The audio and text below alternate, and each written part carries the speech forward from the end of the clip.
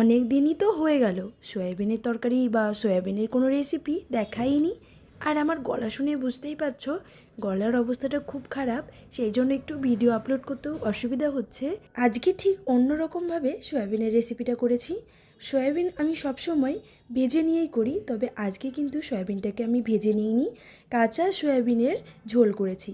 এই জন্য প্রথমে ছোটো ছোটো ডুমো ডুমো করে আলু কেটে নিয়েছি। সেই আলুগুলোকে লালচে করে ভেজে তুলে নিলাম। ওই তেলের মধ্যেই এবার দিয়ে দেব ফোড়ন। ফোড়নের জন্য দিচ্ছি দুটো শুকনো লঙ্কা লালচে করে নিয়ে এবার এর মধ্যে দিয়ে দিচ্ছি গোটা জিরে। জিরেটা ফুটে উঠতেই এর মধ্যে দিয়ে দিচ্ছি একটা পেঁয়াজ কুচি। ছোট্ট দেখে একটা পেঁয়াজ নিয়েছিলাম, সেই একটা পেঁয়াজ কুচি এখানে দিয়েছি। পেঁয়াজটাকে একটু ব্রাউন করে ভেজে নিচ্ছি। পেঁয়াজটা ভাজা হয়ে গেলে এর মধ্যে দিয়ে দেবো এবার মশলা। মশলাটা আমি রেডি করে নিয়েছি। এর মধ্যে রয়েছে আদা, পেঁয়াজ, রসুন, কাঁচা লঙ্কা আর রয়েছে গোটা জিরে। ভালো করে একটা মিহি পেস্ট করে নিয়ে দিয়ে দিলাম। একটু নাড়াচাড়া করে এর মধ্যে দিয়ে দিচ্ছি গোলমরিচ গুঁড়ো, হলুদ গুঁড়ো, কাশ্মীরি লঙ্কার গুঁড়ো, কিছুটা পরিমাণে নুন দিয়ে এবার কিন্তু খুব ভালো করে কষিয়ে নিতে হবে। যতক্ষণ না মশলা থেকে কাঁচা গন্ধ যাচ্ছে ততক্ষণই কিন্তু খুব ভালো করে কষিয়ে নেবে। কষাতে কষাতে সামান্য জলও দিয়ে দেবে, দিয়ে কষাবে। যদি কোনো দিন তেল কম দিয়ে রান্না করতে চাও তাহলে কিন্তু ঠিক এইভাবে জল দিয়ে কষানোর সময় ঢাকা দিয়ে দিয়ে সুন্দর করে কষাবে, দেখবে মশলা থেকে তেলও ছেড়ে দেবে আর কষানোটাও কিন্তু খুব সুন্দর হবে। দেখো ঢাকা দিয়ে মশলাটা কষিয়ে নিয়েছি। এবার মশলার মধ্যে ভেজে রাখা আলুগুলো দিয়ে হালকা নাড়াচাড়া করে নিয়ে এবার এই যে এর মধ্যে দিয়ে দেবো সয়াবিন। এটা গরম জলের মধ্যে মিনিট 10 মতো ভিজিয়ে রেখে তারপর ভালো করে চিপে চিপে জল বের করে ধুয়ে নিয়ে এবার এই সয়াবিনগুলো দিয়ে দিলাম। যেহেতু আজকে কাঁচা সয়াবিন দিয়ে রান্না করব, সেই জন্য কিন্তু এটা বেশ সময় নিয়ে কষাতে হবে।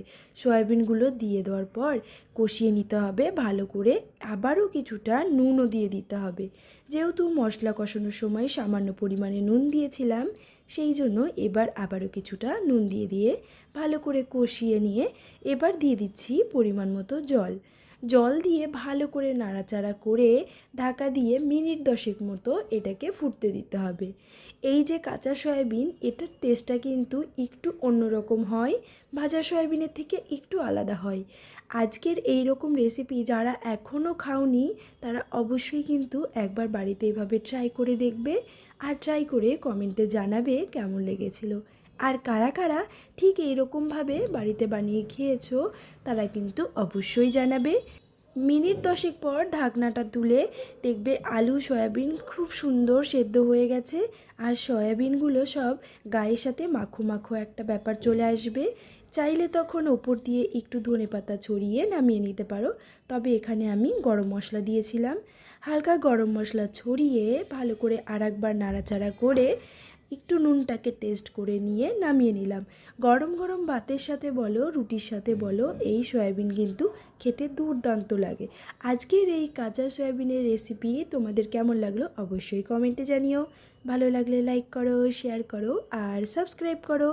যারা আমার ফেসবুক পেজ থেকে দেখছো তারা অবশ্যই কিন্তু ফলো করে দেবে।